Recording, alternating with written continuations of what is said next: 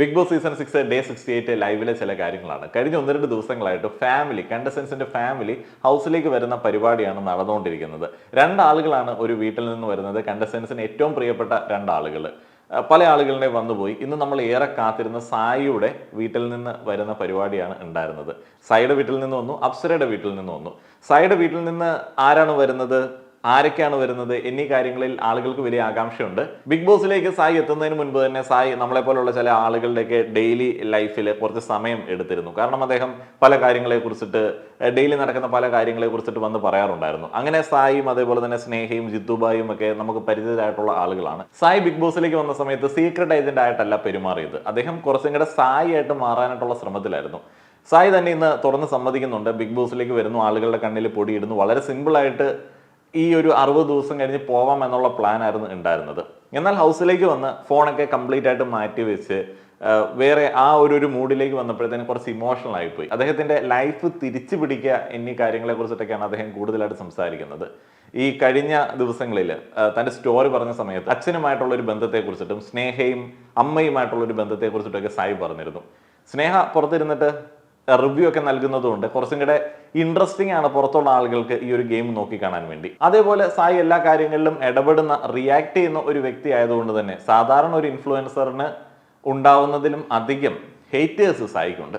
എനിക്ക് തോന്നുന്നു സായിയുടെ ചാനലിൽ ഏറ്റവും കൂടുതൽ വീഡിയോസ് കാണാനായിട്ട് വരുന്നത് പഴയ ഉണ്ണിമുകുന്ദന്റെ എന്തോ ഫാൻസ് ഒക്കെയാണ്. അതുകൊണ്ട് തന്നെ സായി തകർന്നു കാണാനായിട്ടും സായിയെ വാഴയെന്ന് വിളിക്കാനായിട്ടും ഒക്കെയാണ് അവർ പലപ്പോഴും റിവ്യൂ കാണാൻ വരുന്നത്. കടുത്ത രീതിയിലുള്ള ബുള്ളിങ് ആണ് അതിന്റെ കമന്റ് ബോക്സിൽ ഉണ്ടാവുന്നത്. അദ്ദേഹത്തിന്റെ കുടുംബത്തെ കുറിച്ചിട്ടും അദ്ദേഹത്തിന്റെ വീഡിയോ ചെയ്യുന്ന പത്നിയെ കുറിച്ചിട്ടും ഒക്കെ വളരെ മോശമായിട്ട് സംസാരിക്കുന്ന ആളുകളാണ്. സായി വന്ന് കുറച്ച് ദിവസങ്ങൾക്ക് ശേഷം തന്നെ നമുക്ക് മനസ്സിലായ ഒരു കാര്യമാണ്, അദ്ദേഹത്തിന്റെ പ്രയോറിറ്റി കപ്പല്ല. അദ്ദേഹം പുറത്ത് നല്ല രീതിയിൽ റവന്യൂ ജനറേറ്റ് ചെയ്യുന്ന, ഒരു മടിയില്ലാത്ത റവന്യൂ ജനറേറ്റ് ചെയ്യുന്നുണ്ട് എന്ന് പറയുന്ന ഒരു ഇൻഫ്ലുവൻസറാണ്. ഡെയിലി അത്ര നല്ല രീതിയിൽ പെർഫോം ചെയ്യുന്ന ഒരു ഇൻഫ്ലുവൻസറാണ്. അപ്പൊ അയാൾ ഇവിടേക്ക് വന്ന സമയത്ത് അയാളുടെ ലൈഫിനെ കുറിച്ചിട്ടൊക്കെ സംസാരിക്കുന്നു. ഇന്ന് ഫാമിലി വീക്കിൽ സ്നേഹ ഹൗസിലേക്ക് വരുന്ന സമയത്ത് രണ്ട് കാര്യങ്ങളുണ്ട്. വലിയൊരു സന്തോഷവും റിലീഫും ഉണ്ട്, അതിനോടൊപ്പം വലിയ ഒരു സങ്കടവും സായിയെ തേടിയെത്തി. ഒന്ന്, അദ്ദേഹത്തിന്റെ പ്രിയ പട്ടിക്കുട്ടി മരണപ്പെട്ടു. പട്ടിക്കുട്ടിയാണോ വലിയ പട്ടിയാണോ എന്നറിയില്ല, ഏതായാലും മരണപ്പെട്ടു. അദ്ദേഹം വളരെ വേണ്ടപ്പെട്ട ഒരു കുട്ടിയെ പോലെ കരുതുന്ന ഒരു പട്ടിയാണ്. അദ്ദേഹം മരണപ്പെട്ടു. ആ മരണപ്പെട്ട വാർത്തയൊക്കെ സ്നേഹയുടെ മുഖത്ത് നിന്ന് തന്നെ വായിച്ചെടുക്കാനായിട്ട് സായിക്ക് പറ്റി. അപ്പോൾ അതിൻ്റെ കമൻറ്റ് ബോക്സിൽ കുറേയധികം ആളുകൾ, ഒരു മനുഷ്യത്വം ഇല്ലാത്ത കുറേയധികം ആളുകൾ കമൻറ്റ് ചെയ്യുന്നത് കണ്ടു. ഒരു പട്ടിക്ക് കുറച്ച് ഭക്ഷണമൊക്കെ കൊടുത്തിട്ടുള്ള ആളുകൾക്കറിയാം പട്ടി എന്ന് പറഞ്ഞു കഴിഞ്ഞാൽ എത്രത്തോളം സ്നേഹം നൽകുന്ന ഒരു ജീവിയാണ് എന്നുള്ളത്. വളരെ വൃത്തികെട്ട ഒരു കമൻറ്റ് കണ്ടതാണ്. അവന് അച്ഛനെ വേണ്ട, അമ്മയും വേണ്ട, ഭാര്യയും വേണ്ട, പട്ടിയെ മതിയെന്ന്. അങ്ങനെയൊന്നുമല്ല. ഭാര്യ അകത്തേക്ക് വരുന്ന സമയത്ത് ഭാര്യയെ കണ്ടിട്ട് അയ്യോ നീ വന്നോ എന്നൊക്കെ പറഞ്ഞ് അത്ഭുതം കാണിക്കേണ്ട ആവശ്യമില്ല. പലപ്പോഴും ഈ പങ്കാളികൾക്കിടയിൽ അങ്ങനെയുള്ള അത്ഭുത പ്രകടനങ്ങൾ ഉണ്ടാവില്ല. അങ്ങനെയുള്ള സ്നേഹബന്ധം കാണാത്ത ആളുകൾക്കാണ് അതെന്തോ വലിയ സംഭവമായിട്ട് തോന്നുന്നത്. അവർക്ക് നോർമൽ ആയിട്ടുള്ള ഒരു എക്സ്പ്രഷൻ ഉണ്ടാവും. എസ്പെഷ്യലി ആണുങ്ങൾക്ക് അങ്ങനെ വലിയ രീതിയിലുള്ള ഒരു സംഭവമൊന്നും ഉണ്ടാവില്ല. അവരെ സംബന്ധിച്ച് ഭാര്യ എപ്പോഴും കൂടെയുള്ള ഒരാളാണ്, അല്ലെങ്കിൽ പങ്കാളി എപ്പോഴും കൂടെയുള്ള ഒരാളാണ്. അപ്പോൾ അതുകൊണ്ട് അവിടെ വലിയ പ്രകടനമൊന്നും സായിയെ പോലെ ഒരു വ്യക്തി കാണിക്കാത്തതിനകത്ത് താഴെ വന്നിട്ട് വൃത്തിയോട് പറയേണ്ട ആവശ്യമൊന്നുമില്ല. അപ്പോൾ പട്ടി എന്ന് പറയുന്നത് അസുഖബാധിതനായിട്ടുള്ള പട്ടിയാണ്, വളരെ വേണ്ടപ്പെട്ട പട്ടിയാണ്. അപ്പം അതിനെ ഏൽപ്പിച്ചിട്ട് വന്ന ഒരു കാര്യത്തെക്കുറിച്ചിട്ടാണ് അയാൾ അവിടെ ഉദ്ദേശിക്കുന്നത്. അയാൾ അതിനെ സ്നേഹം ഏൽപ്പിച്ചിട്ട് വരുന്ന സമയത്ത് അതിനെക്കുറിച്ചിട്ടല്ലേ ചോദിക്കുള്ളൂ. അതിന്റെ താഴെ എന്തൊക്കെ വൃത്തികേടുകളാണ് ആളുകൾ പറഞ്ഞങ്ങോട്ട് പരത്തുന്നത്. ഈ ബിഗ് ബോസ് ഹോട്ട്സ്റ്റാറിൽ ലൈവ് കാണുന്ന കുറേ എണ്ണത്തിന് യാതൊരുവിധ സ്നേഹബന്ധവും കുടുംബവും മനസാക്ഷിയും ഒന്നുമില്ല. വെറുതെ ഇങ്ങനെ ഇരുന്നിട്ട് ചുമ്മാ ഇങ്ങനെ ജഡ്ജിങ് ആണ്. മറ്റേ അപ്സരയുടെ ഹസ്ബൻഡ് വന്ന സമയത്ത് അവർ കുടുംബപരമായിട്ട് തള്ളാണ്, അവർ ഭയങ്കര മോശമാണ്, എന്ത് ഡ്രാമയാണ് എന്നൊക്കെ പറഞ്ഞ് എന്തോരം കമൻറ്റുകളാണ്. അതേപോലെ അതിൻ്റെ ഇടയ്ക്ക് അവൾ ഭക്ഷണം കഴിക്കുന്നുണ്ടോ, ജാസ്മിൻ ഭക്ഷണം കഴിക്കുന്നുണ്ടോ, കണ്ടില്ലേ അവൾ അങ്ങനെ ചെയ്യുന്നത്, അവൾ അങ്ങനെയാണ് ഇങ്ങനെയാണെന്നൊക്കെ പറഞ്ഞ് എന്തൊക്കെ ടീമുകളാണെന്ന് ആലോചിക്കുന്നത്. അതിനകത്ത് നമുക്ക് പിന്നെ PR-നെ ആരോപിക്കാൻ പറ്റത്തില്ല. ഏത് PR-കാരുണ്ട് ഹോട്ട്സ്റ്റാറിൻ്റെ മറ്റേ അക്കൗണ്ട് എടുത്തിട്ട് കമൻ്റ് അടിക്കാൻ വേണ്ടി പോകുന്നത്? അതിനകത്ത് പിന്നെ 1-2 ആൾക്കാരെയൊക്കെ നമുക്ക് ആ ഗണത്തിൽ പെടുത്തിയാൽ മതി. ഈ PR-കാരെന്ന് പറയുന്നത് നമ്മുടെയൊക്കെ കമന്റ് ബോക്സിൽ വരുന്ന കുറച്ച് ടീമുകളുണ്ട്. അവരുടെ മറ്റേ പ്രൊഫൈൽ ക്രിയേറ്റ് ചെയ്ത് ആ ഒരു സമയം എടുത്ത് നോക്കിക്കഴിഞ്ഞാൽ അറിയാം, 1 മിനിറ്റ് മുമ്പും 2 മിനിറ്റ് മുമ്പും 1 മണിക്കൂർ മുമ്പും ഒക്കെ ആയിരിക്കും. എന്ന് വെച്ചാൽ നമ്മൾ ബ്ലോക്ക് ചെയ്യുമ്പോഴത്തേന് ഇവർ ഈ കമന്റ് ചെയ്യാൻ വേണ്ടി വരും. ഈ ബിഗ് ബോസ് ഹൗസിൽ ഞാൻ പറഞ്ഞല്ലോ, ചില ആളുകൾക്ക് കപ്പ് ഒരു പ്രയോറിറ്റി അല്ല. ഈ കപ്പ് കിട്ടിയിട്ട് കാര്യമൊന്നുമില്ല, പൈസ പ്രയോറിറ്റി ആയിട്ടുള്ള ആളുകളുണ്ട്. ഇൻഫ്ലുവൻസേഴ്സിനെ നോക്കണ്ട, ഇൻഫ്ലുവൻസേഴ്സിന് പൈസ ഉണ്ടാക്കാനായിട്ടുള്ള വഴി അറിയാം. അതുകൊണ്ട് തന്നെ അവർ വലിയ രീതിയിൽ PR-ലേക്ക് പൈസ മുടക്കും. അതിനുള്ള പൈസ അവരുടെ ഉണ്ടെന്ന് എനിക്ക് തോന്നുന്നില്ല. ഇപ്പം ഈ PR-ന് മുടക്കുന്ന ആൾക്കാർ ആരാണ്? അത് കണ്ടുപിടിക്കാൻ വളരെ എളുപ്പമാണ്. എങ്ങനെയാണെന്ന് വെച്ച് കഴിഞ്ഞാൽ ഒരു മനുഷ്യന് അറിയത്തുണ്ടാവില്ല. എന്ന് വെച്ച് കഴിഞ്ഞാൽ കുറേ പൈസ ഉണ്ടായിരിക്കും, ഒരു മനുഷ്യന് അറിയത്തുണ്ടാവില്ല. എങ്ങനെയെങ്കിലും 10 പേര് അറിയണം, ഇതിൻ്റെ കപ്പൊന്ന് ഉയർത്തണം. അതുകൊണ്ട് പൈസ എത്ര വേണമെങ്കിലും മുടക്കാൻ റെഡി ആയിട്ടുള്ള ആളുകളൊക്കെ ഉണ്ട് എന്നുണ്ടെങ്കിൽ അവർ PR-നൊക്കെ ഫണ്ട് ചെയ്യാനായിട്ടുള്ള സാധ്യതയുണ്ട്. അങ്ങനെയുള്ള ആളുകളെ നമ്മൾ കൂടുതൽ സംശയിച്ചാൽ മതി. ഇൻഫ്ലുവൻസേഴ്സ് എന്ന് പറഞ്ഞു കഴിഞ്ഞാൽ വീഡിയോ ഇട്ടില്ല എന്നുണ്ടെങ്കിൽ അവർക്ക് പൈസ ഇല്ല, അവർ ബിസിനസ് ചെയ്ത് കൂട്ടി വെച്ചിട്ടില്ല. പിന്നെ വീഡിയോ ഇടുന്ന സമയത്ത് ഇവർക്ക് ലൈഫ് സ്റ്റൈൽ എക്സ്പെൻസ് ഭയങ്കര കൂടുതലാണ്. അതുകൊണ്ട് തന്നെ വലിയ കാര്യമായിട്ടുള്ള സേവിങ്സ് ഒന്നും മിക്കവാറും ഉള്ള നമ്മുടെ നാട്ടിലെ ഇൻഫ്ലുവൻസേഴ്സിനില്ല. അവർ പിന്നെയും കിട്ടുന്ന പൈസ ഇങ്ങനെ മാസം അടയ്ക്കാൻ വേണ്ടിയുള്ള പരിപാടികൾ സെറ്റ് ചെയ്തുകൊണ്ടിരിക്കുകയാണ്. അല്ല ഇനിയിപ്പോൾ ബിസിനസ് ഒക്കെ ചെയ്യുന്ന ഇൻഫ്ലുവൻസേഴ്സ് ആണെന്നുണ്ടെങ്കിൽ, വലിയ സെറ്റപ്പിലുള്ള ഇൻഫ്ലുവൻസേഴ്സ് ആണെന്നുണ്ടെങ്കിൽ ഇതുപോലുള്ള ഒരു പരിപാടിക്ക് വന്ന് തലവയ്ക്കില്ല. അപ്പം അതാണ് ഇതിൻ്റെ പിന്നുള്ള സംഭവം. അതുകൊണ്ട് തന്നെ ഈ മാക്സിമം ഡീഗ്രേഡ് ചെയ്ത് ബാക്കി കണ്ടസ്റ്റൻസിനെ ഡീഗ്രേഡ് ചെയ്ത് അത് എന്ത് മോശമായിട്ടാണ് സംസാരിക്കുന്നത്.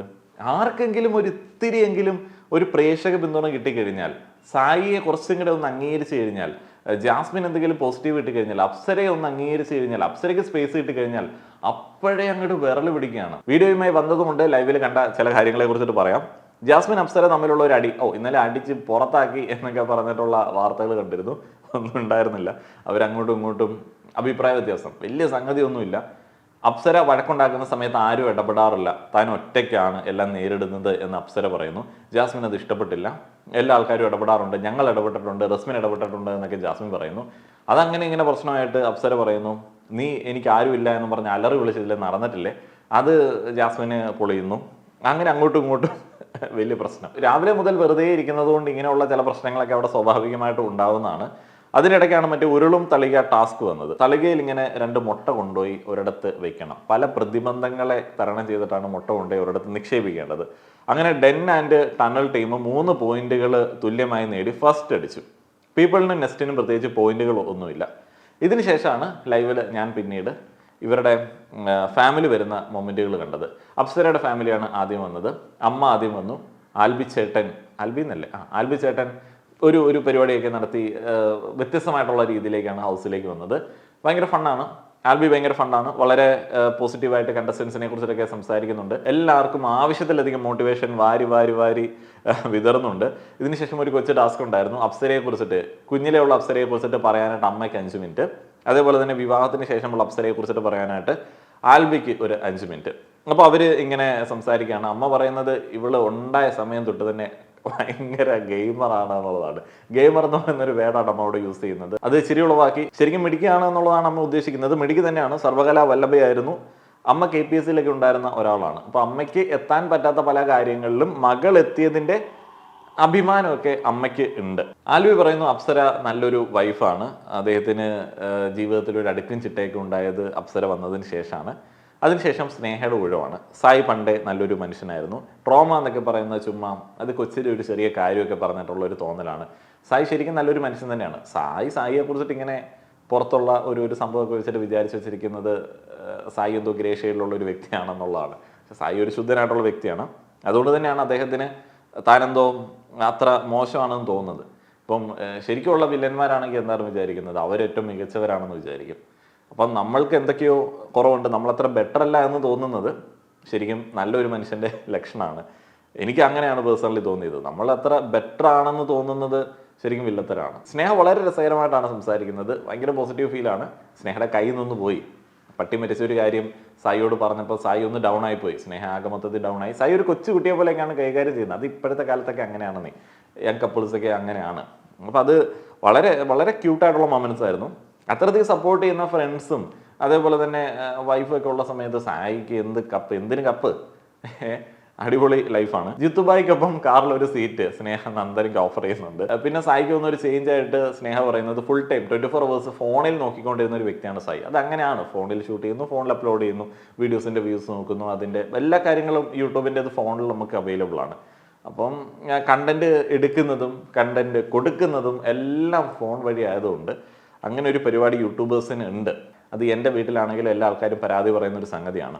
നമ്മളെപ്പോഴും ഇതുമായിട്ട് ഇങ്ങനെ കണക്റ്റഡ് ആണ്. കമൻസ്, ആ കമൻസിൽ നിന്നിട്ട് പുതിയ കണ്ടന്റ്, അതിൽ നിന്നൊരു ബ്രേക്ക് എടുക്കുന്നത് എപ്പോഴും നല്ലതാണ്. സായിക്ക് ഇത് കുറച്ച് പ്രശ്നം ഉണ്ടാക്കുന്നുണ്ട്. സായി ആ ലൈഫ് തിരിച്ചു പിടിക്കുക എന്ന് പറയുന്ന കാര്യത്തിന് പ്രയോറിറ്റി കൊടുത്തിരിക്കുകയാണ്. സ്നേഹ പുറത്തു നിന്ന് നമ്മളുടെ കിടക്ക് നിന്ന് അകത്തേക്ക് വന്ന ഒരാളാണ്. അപ്പം സ്നേഹ പറയുന്നുണ്ട് സീക്രട്ട് ഏജന്റ് ആയിട്ട് തിരിച്ചു വരണമെന്നൊക്കെ. അപ്പം സായിക്ക് അതൊന്നും പറ്റുന്നില്ല. സായി ആയിട്ട് തന്നെ തിരിച്ചു വരാൻ വേണ്ടിയാണ് ആഗ്രഹിക്കുന്നത്. സായി പറയുന്നുണ്ട് നീ അങ്ങനെയൊന്നും ആലോചിക്കണ്ട, എനിക്ക് ഇതാണ് പ്ലാൻ. അതിനുശേഷം ലിവിങ് റൂമിലേക്ക് ആളുകളെ വിളിക്കുകയാണ്. അച്ഛൻ ലൈവിൽ വരികയാണ്. പേരൻസ് ഒക്കെ ആകുമ്പോൾ അങ്ങനെയൊക്കെയാണ്, ദേഷ്യമൊന്നും വെക്കേണ്ട. അപ്പോൾ സായി പറയുന്നുണ്ട് എനിക്കൊരു ഗിൽറ്റി ഫീൽ ഉണ്ട്, ഞാൻ അങ്ങനെ പെരുമാറി ഇങ്ങനെ പെരുമാറി, അതൊന്നും വെക്കേണ്ട ആവശ്യമില്ല. സായി പറഞ്ഞൊരു കാര്യമുണ്ട്, സായി കൃഷ്ണനായിട്ട് ജീവിക്കാൻ ആഗ്രഹമുണ്ട്. ഈ പ്ലാറ്റ്ഫോമിൽ അച്ഛനോടുള്ള കാര്യമൊന്നും ആലോചിക്കേണ്ട, മലപ്പുറത്തേക്ക് ഒരു കപ്പുമായിട്ട് നീ വരണം. ശരിക്കും അച്ഛൻ നല്ല സപ്പോർട്ട് കൊടുത്തിട്ടാണ് സംസാരിക്കുന്നത്. എല്ലാ മേഖലകളിലും എൻ്റെ മകൻ മിടുക്കനാണ്, കാൽപന്ത് കളിയിലാണെങ്കിലും ക്രിക്കറ്റിലാണെങ്കിലും പല കാര്യങ്ങളിലും നീ മിടുക്കനാണ്. അപ്പോൾ ഈ ഒരു ഗെയിമിലും നീ മിടുക്കനായിട്ട് തന്നെ തിരിച്ചു വരണം. ബാക്കിയുള്ള കാര്യങ്ങൾ നമുക്ക് വീട്ടിൽ വന്ന് സംസാരിക്കാം. ഏത് തരത്തിലുള്ള മനസ്സമാധാനത്തിന് വേണ്ടിയുള്ള ഏത് തരത്തിലുള്ള മാറ്റത്തിനും അച്ഛൻ റെഡിയാണ് എന്ന് പറയുന്നുണ്ട്. ഇങ്ങടേക്ക് വരുന്നതിന് മുമ്പ് സ്നേഹ അച്ഛനുമായിട്ട് മണിക്കൂറുകളോളം സംസാരിച്ച കാര്യത്തെക്കുറിച്ചിട്ടൊക്കെ ലൈവിൽ പറയുന്നുണ്ട്. ഒരു ഫാമിലിയിൽ ശരിക്കും ഇപ്പോൾ സായിയുടെ ഒരു ഇഷ്യൂ ആണല്ലോ, അപ്പോൾ അതിൽ സായിയുടെ വൈഫ് എന്നുള്ള രീതിയിൽ സ്നേഹം എങ്ങനെയാണോ ഇടപെടേണ്ടത് അത് ഭംഗിയായിട്ട് തന്നെ സ്നേഹം ചെയ്യുന്നുണ്ട്. എന്ന് വെച്ച് കഴിഞ്ഞാൽ ഒരു ദേഷ്യം അങ്ങടേക്കോ ഇങ്ങടേക്കോ ഉണ്ടാവാത്ത രീതിയിൽ അതിനെ പരിഹരിക്കുക എന്നൊക്കെ പറയുന്നത് പങ്കാളികൾ ചെയ്യുന്ന ഒരു കാര്യമാണ്. ഇങ്ങനെയുള്ള ഒരു ഷോയിൽ നിന്ന് നമുക്ക് ഇതൊക്കെയാണ് കണ്ട് മനസ്സിലാക്കാൻ പറ്റുന്നത്. അവരുടെ ആ ഒരു ബോണ്ട്, അതേപോലെ ഒരു മനുഷ്യൻ എത്രത്തോളം ചെറിയ കാര്യങ്ങളിൽ ഫീൽ ചെയ്യും. ചെറിയ കാര്യങ്ങളിൽ ഫീൽ ചെയ്തു എന്ന് പറയുന്നത് മോശമൊന്നുമല്ല. അദ്ദേഹത്തിന്റെ പട്ടിക്കുട്ടികളോട് അത്രത് ഇഷ്ടമാണ്, അദ്ദേഹത്തിന് കൊച്ചിലെ ഒരു കാര്യം മൈൻഡിൽ കിടപ്പുണ്ട്. അപ്പം അങ്ങനെയൊക്കെയാണ് മനുഷ്യന്മാർ. അപ്പം അങ്ങനെയൊക്കെ മറ്റൊരാൾക്ക് ഒരു ബുദ്ധിമുട്ടുണ്ടാക്കാതെ നമ്മൾ മുന്നോട്ടേക്ക് പോകാൻ വേണ്ടി ഇങ്ങനെയുള്ള കാര്യങ്ങളൊക്കെ മനുഷ്യത്വമുള്ള ആളുകൾക്ക് ഉള്ളിലേക്ക് എടുക്കാം. അപ്പം നിങ്ങൾക്കുണ്ട് കുട്ടികൾ, നിങ്ങളുടെ കുട്ടികൾക്കും സായിക്ക് തോന്നിയതുപോലെയുള്ളൊരു തോന്നൽ തോന്നാതിരിക്കാൻ വേണ്ടിയാണ് നമ്മളിതൊക്കെ മനുഷ്യത്വപരമായിട്ട് എടുക്കേണ്ടത്. അല്ലാതെ അവിടെ പെടുന്നതിന് കമൻറ്റ് ഇടുന്നവന്മാർക്ക് എന്ത് മിടുക്കത്വമാണോ ഉള്ളത്. റീചാർജ് ചെയ്യാനുള്ള പൈസ ഉണ്ടായിരിക്കും, അല്ലെങ്കിൽ ഡാഡിയുടെ പോക്കറ്റിൽ നിന്നും പൈസ എടുത്തിട്ടുണ്ടാവും, അല്ലെങ്കിൽ നമ്മളെല്ലാം, ഞാൻ അടക്കമുള്ള ആൾക്കാർ, നമുക്കിപ്പം എനിക്ക് ബിഗ് ബോസിലൊന്നും പോയി കളിക്കാനായിട്ടുള്ള കോൺഫിഡൻസ് ഇല്ല. കാരണം നമ്മളത്ര എക്സ്പോസ്ഡ് ആവുകയാണ്. നമ്മളെപ്പോലുള്ള ഒരാൾ, അത്രയധികം ഒതുങ്ങി പോകാൻ നിൽക്കുന്ന ഒരാളൊക്കെ ശരിക്കും ഭയങ്കരമായിട്ട് പേടിക്കുന്ന ഒരു പരിപാടിയാണ് ഇത്രയധികം വലിയൊരു ഷോയിലൊക്കെ വരിക എന്ന് പറയുന്നത്. അവരാ ഒരു കറേജ് കാണിച്ചു. അപ്പോൾ അവർ ആ കറേജ് കാണിക്കുന്ന സമയത്ത് ആ ഷോയുടെ ചലഞ്ചസ് നമ്മൾ മനസ്സിലാക്കുക, അതിനെ അവരെ സപ്പോർട്ട് ചെയ്യുക. പിന്നെ ഈ പറയുന്ന ഒരു കപ്പിന് ഞാൻ വലിയ വാല്യൂ ഒന്നും കൊടുത്തിട്ടൊന്നുമില്ല. അപ്പോൾ ഇതുപോലുള്ള മൊമെന്റ്സ്, പിന്നെ അങ്ങോട്ടും ഇങ്ങോട്ടുള്ള ഒരു ഗെയിം എക്സ്പീരിയൻസ് ഉണ്ടല്ലോ, അതിനാണ് വാല്യൂ. പിന്നെ ചില ആളുകൾക്ക് അതിൽ നിന്ന് കിട്ടുന്ന ഒരു പേയ്മെന്റ്, ഫെയിം, ആ ഒരു പേയ്മെന്റ് കിട്ടിയിട്ട് ആ ഒരു ഫെയിം യൂസ് ചെയ്യാൻ പറ്റിയിട്ടുണ്ട് എന്നുണ്ടെങ്കിൽ അവരും എടുക്കന്മാർ. എല്ലാ ആളുകൾക്കും അത് പറ്റില്ല. ബിഗ് ബോസിൽ മത്സരത്തിലുള്ള എത്ര ആളുകളെ നിങ്ങൾ കണ്ടിട്ടുണ്ട്? ഉദ്ഘാടനം ചെയ്യുന്ന ആളുകൾ, പിന്നീട് ഇന്റർവ്യൂകൾ വരുന്ന ആളുകൾ, അധികം ആൾക്കാരൊന്നും ഉണ്ടാവില്ല. കാരണം എല്ലാവർക്കും ആ ഒരു ഫെയിം യൂസ് ചെയ്യാനായിട്ട് പറ്റത്തില്ല. അതിനകത്ത് വേറൊരു ഗെയിമുണ്ട്.